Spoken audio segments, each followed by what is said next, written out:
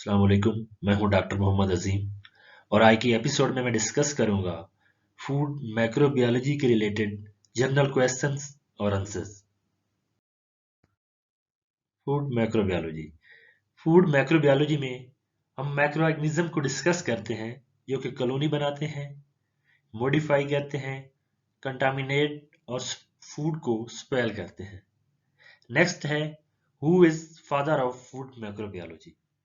Lewis Pasteur को microbiology का बाप कहा जाता है। नेक्स्ट है who is the mother of food microbiology. Fanny Hesse को फूड मैक्रोबायोलॉजी की मां कहा जाता है क्योंकि इसने एगर को डेवलप किया था जिस पे मैक्रो ऑर्गेनिज्म ग्रो करते हैं। नेक्स्ट है एगर। एगर एक पॉलीसेकेराइड है जिसको हम रेड इल्जी की स्पेसिफिक स्पीशीज जिसमें ओगनोरी है और टिंगशुआ इनकी सेल वॉल से हासिल करते हैं। जब रेड इल्जी को हम गर्म करते हैं तो हमें एगर मिलता है। बेसिकली एगर जो है ये दो पॉलीसेकेराइड का मिक्सचर है। एक है एगरोज और दूसरा है एग्रोपेक्टिन। नेक्स्ट है एगर यूजेस। एगर को एशिया में डेजर्ट बनाने के लिए और मैक्रो ऑर्गेनिज्म की ग्रोथ के लिए, एज ए लैक्सेटिव के तौर पे, भूख को मिटाने के लिए, साबुन और कागज बनाने के लिए हम यूज कर सकते हैं। नेक्स्ट है हम एगर को ही क्यों बैक्टीरिया की ग्रोथ के लिए यूज करते हैं। बेसिकली एगर एक नॉन न्यूट्रिटिव सब्सटेंस है, सॉलिड सब्सटेंस, जो कि एक स्पेसिफिक स्पेस देता है, स्ट्रक्चर देता है माइक्रोऑर्गेनिज्म को ताकि वो उसके लंप बन सकें और उसकी कॉलोनियां बन सकें। यानी उसको जड़ें फैलाने में स्पेशल हेल्प आउट करता है, जिसकी वजह से हम इसको सिर्फ बैक्टीरिया की ग्रोथ में यूज करते हैं। नेक्स्ट है what can I replace agar agar with anything. हम एगर को रिप्लेस कर सकते हैं कॉर्न स्टार्च से, यानी कि मकई की जो स्टार्च है उसको एगर की जगह यूज किया जा सकता है। नेक्स्ट है what is difference between gelatin and agar agar. अब इनमें जो मेजर डिफरेंस है वो इनकी ओरिजिन पे है जिससे ये ड्राइव्ड की जाती हैं। जेलेटिन जो है ये एक प्रोटीन है जो कि जानवरों की हड्डियों में, स्किन में और जोड़ों में पाई जाती है, उससे हम जेलेटिन हासिल करते हैं। लेकिन जो एगर एगर है इसको हम रेड इल्जी से हासिल करते हैं, यानी कि इसका जो सोर्स है वो वेजिटेरियन है, जबकि जेलेटिन का जो सोर्स है वो एनिमल सोर्स है। नेक्स्ट है what is the food microbiology example. Microorganism को या तो हम मुकम्मल यूज करते हैं या उनका कुछ स्पेसिफिक स्पीशीज निकाल के उनकी यूज करते हैं। जिनकी जो बहुत ज्यादा पॉपुलर प्रोडक्ट हैं उनमें पिकल है, सॉरक्राउट जिसे हम गोभी का अचार कहते हैं, उसके अलावा सॉस है, चटनी है और सॉसेज है जिसमें सूप जिसे हम कहते हैं। इसके अलावा चीज है, क्रीम चीज है, फर्मेंटेड मिल्क प्रोडक्ट्स हैं, योगर्ट है और एसिडोफिलिस मिल्क है। नेक्स्ट है what is the major responsibilities of a food microbiology. जो मैक्रोबायोलॉजिस्ट है वो एक तो नई प्रोडक्ट को डेवलप करता है,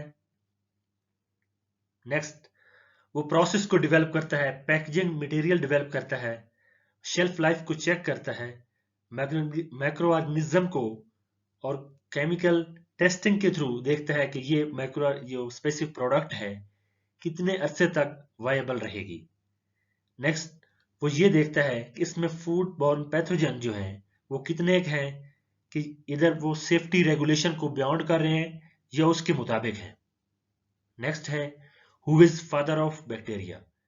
बैक्टीरिया का जो फादर है वो लीवन हुक है जिसने बैक्टीरिया को और प्रोटेस्ट ऐसे जानदार होते हैं जो कि ना तो एनिमल होते हैं, ना प्लांट, ना ही फंजाई, बल्कि जिसमें अमीबा आ जाते हैं और इस तरीके से इल्जी है एक्स्ट्रा।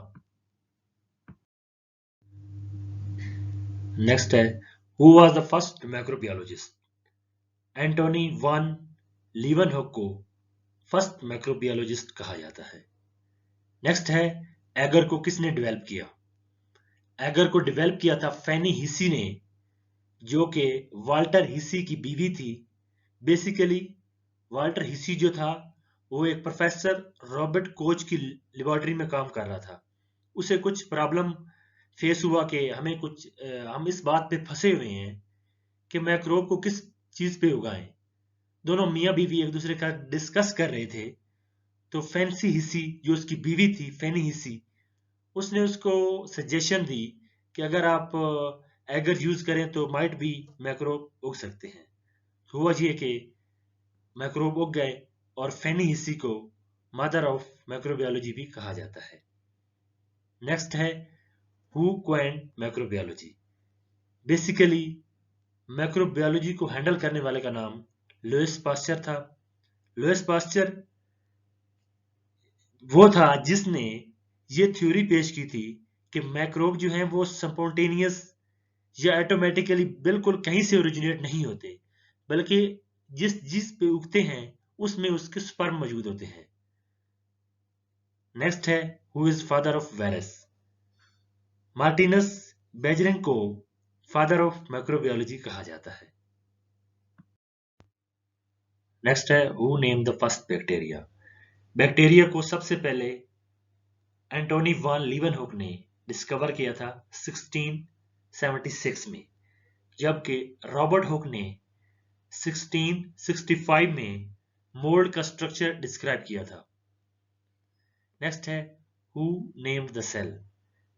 हुक ने सेल की थ्योरी पेश की थी और डिटेल ऑब्जर्वेशन जो है वो हुक ने अपनी एक किताब मैक्रोग्राफिया में लिखी है।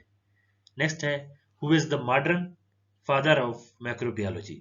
लुईस पास्चर को मॉडर्न मैक्रोबायोलॉजी का बाप कहा जाता है और वही ये लुईस पास्चर ही था जिसने सबसे पहले बैक्टीरिया को कल्चर किया था 1860 में। Why is agar named twice? 19th century में चाइनीज ताजरों ने एगर जापान से खरीदा और मलेशिया में बेचना शुरू किया। जब वो बेच रहे थे गली गली में, तो वो मुख्तलिफ शॉप्स पे जा रहे थे और उनको कह रहे थे कि हम एगर बेचना चाह रहे हैं। तो उसको स्पेशल तवज्जो देने के लिए वो एगर को 2 दफा कह रहे थे एगर एगर हम बेच रहे हैं। तो इसकी वजह से इसका नाम एगर एगर ही पड़ गया। नेक्स्ट है कोई डिफरेंस भी है एगर और एगर एगर में? कोई डिफरेंस भी नहीं है एगर और एगर एगर में। नेक्स्ट है what was the first disease. जो दुनिया में पहली डिजीज थी 10th सेंचुरी में, वो मैसिलस वायरस की वजह से थी, जिसको मैसिलस कहते हैं, खसरा कहते हैं उर्दू में, जिसकी वजह से आपके नाक, मुंह और कानों पे छोटे छोटे दाने ओरिजिनेट हो जाते हैं। नेक्स्ट है which is the smallest bacteria. The smallest bacteria is mycoplasma genitalium. Next है पैट्री डिश को किसने इन्वेंट किया था? पैट्री डिश को जोलिस रिचर्ड पैट्री ने इन्वेंट किया था। नेक्स्ट है which is the largest bacteria in the world. थियो मार्गरेटा मैग्निफिका, जो कि कहा यह जाता है ये 5000 टाइम बड़ा है बाकी बैक्टीरिया से और इसका स्ट्रक्चर भी बहुत ज्यादा कॉम्प्लेक्स है। नेक्स्ट है वैक्सीन जो है सबसे पहले किसने इन्वेंट की थी? वैक्सीन जो है सबसे पहले स्मॉल पॉक्स की वैक्सीन एडवर्ड जेनर ने 1798 में इन्वेंट की थी। अगर आप इस तरह की इंफॉर्मेटिव वीडियोस देखना चाहते हैं तो मेरे चैनल को लाइक, सब्सक्राइब और कमेंट करना मत भूलिए।